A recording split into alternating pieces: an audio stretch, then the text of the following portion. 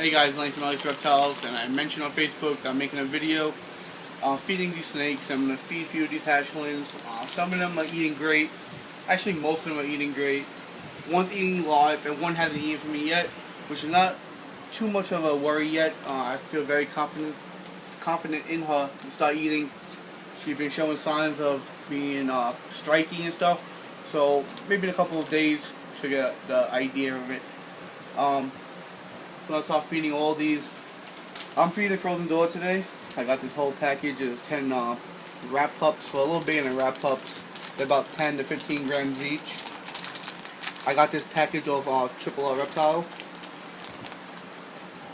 As you can see, this is the size of them. I don't got the biggest fingers in the world, but as you can see, pretty much the size of my index finger. I had someone who was actually buying one of the entries off me asked me, what do I do about Frozen Door? Like, how do I feed Frozen Door snakes, and what do I do to prepare it? There's a few ways you could do it. You can put it in a bucket of water, have it thaw out overnight, or thaw around a few hours. I don't like that idea at all. Personally, it never works for me. But what I do is usually take out the bag of the rats, mice, whatever I'm about to feed. I'll leave it out overnight or a few hours. Sometimes I'll leave it on top of my boa light. It's a fluorescent light, so it won't actually burn the rats or burn the thing or melt anything or have any case of a fire. I usually do it like that. The signs I look for to make sure a rat is ready to be fed is pretty much the feel for the body. If there's no cold spots or cool spots on this rat, I feel very confident feeding it. And I also look at bending it. It kind of might look funny or a little kiddish, but pretty much I look to be able to bend it back and forth, knowing that it's ready to be fed. Again, guys, some of these snakes might just whack it right off the tongues, and some of them, probably won't. I'm still learning how to read these snakes, and what I mean about reading these snakes is, a lot of these snakes are ready just to pounce and attack.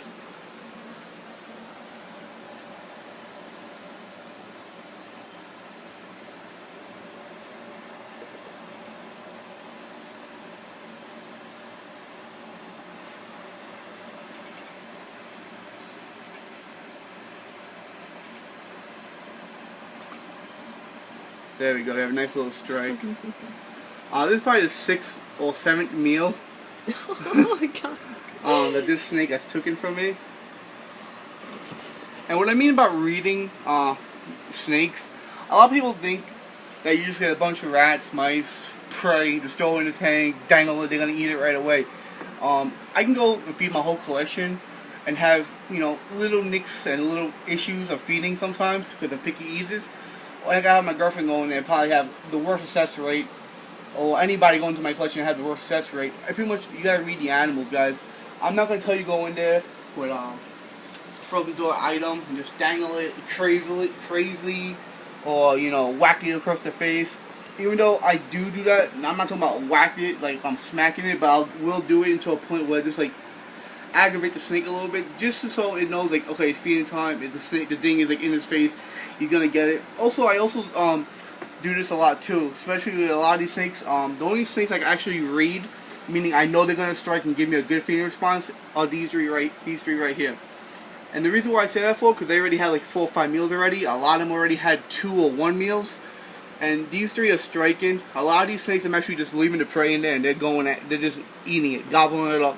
So as long as they eat, that's fine. I like to dangle it and hopefully get a nice strike response. If I don't get that response, that's fine. If I can leave that prey in there and they'll eat it in a couple hours, that's great. Any type of feeding response is always an A+. This is one of my other males. Vinny, if you're watching this, this is yours. See another strike. There we go, bro. This is like my second video showing you him eat, and you can just see that they're like shish kebabs. Thank you. Again, just great feeders. Really happy with this clutch. I heard usually when you hatch out big babies, they usually will eat really good. average all 12 of these babies came up 60 plus grams. So I'm really, really happy with that. Chico, this is yours.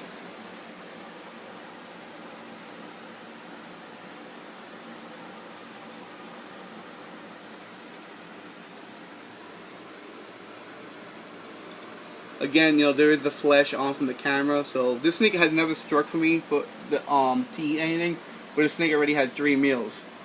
So usually what I'll do, I'll leave it in. Looks pretty.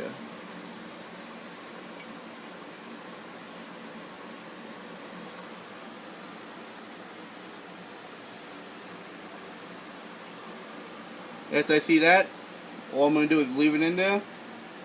9 out of 10 times, the snake is definitely gonna eat it. I'm not going to aggravate the snake too much. I'm not going to stress the snake out. I'm not going to act like the snake, like the prey, even though it's dead, is going to stress them out. I'm just going to feed them and go. Try a few seconds attempt, dangle a little bit.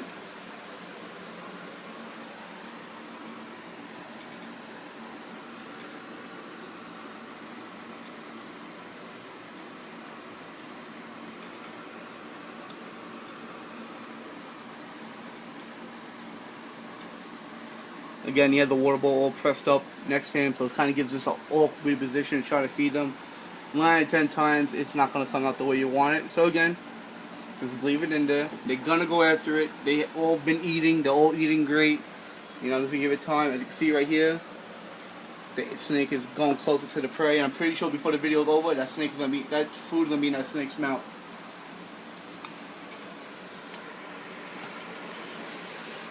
Steven, this is your Enchi. Again, gave me the same, doing the same thing as that Enchi as well. Just wants to eat it whenever me pretty much leaving it. And as you see, the snake is breathing very heavily, so it's getting stressed out. It's not really breathing heavy because it's scenting the rodent. It's getting stressed out because I'm dangling in front of it. So all I'm going to do is leave it here. Put a nice little hard spot in there. And that thing will be eaten. You know, I'm not lying, guys. These snakes all been eating. They all got a bunch of stuff going on. They're all eating really, really well. But I feel very comfortable in this technique of dangling a few times. I don't want to stress these animals out. And it's so young that it's like really hard to like really read these snakes and knowing when they're gonna strike. Am I gonna get a great strike? As you can see, very strong. Once they're very aware and see their head pop up, you know they're going to eat. That snake is following that rat. There you go, Mojave spider. This girl just pounding down food. I usually won't put the hide back in because I don't want to spook them.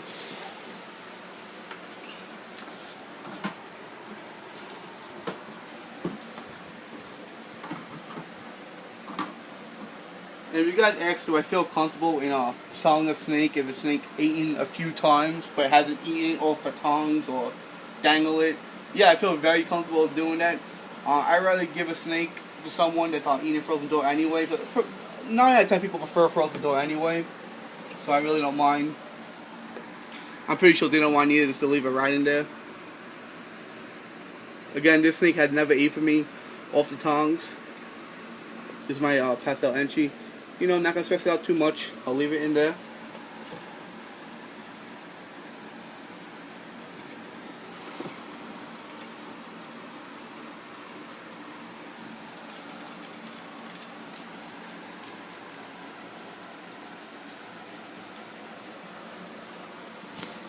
Now let's try this Mojave spider. This thing eats. This will be the first time it ate.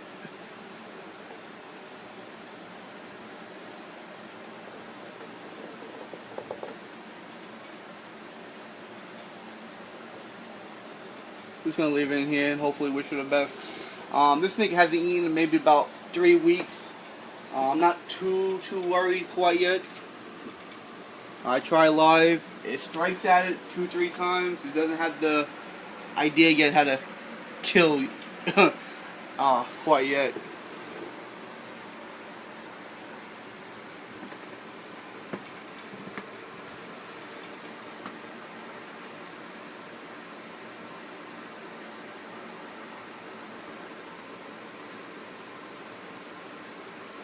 Like you see, just showing no sign of interest.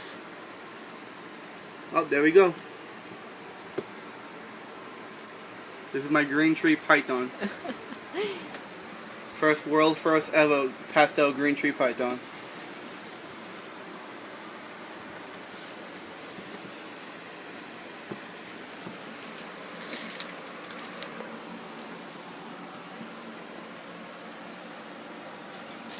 This is a little cow rat.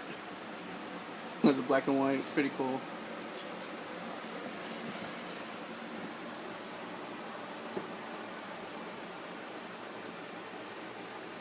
There we go.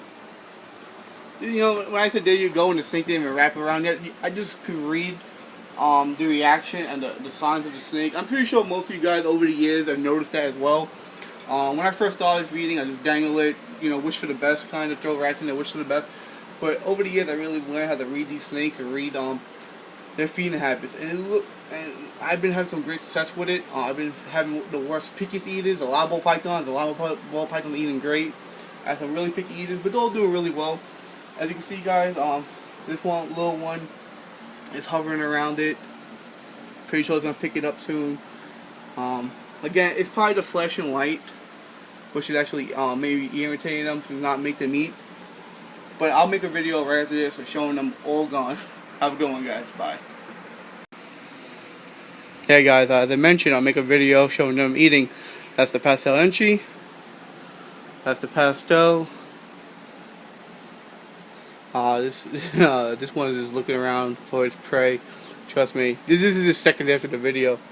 That one's gone. Steven, so you 1-8. Gone, gone, gone, gone. This fatty 8.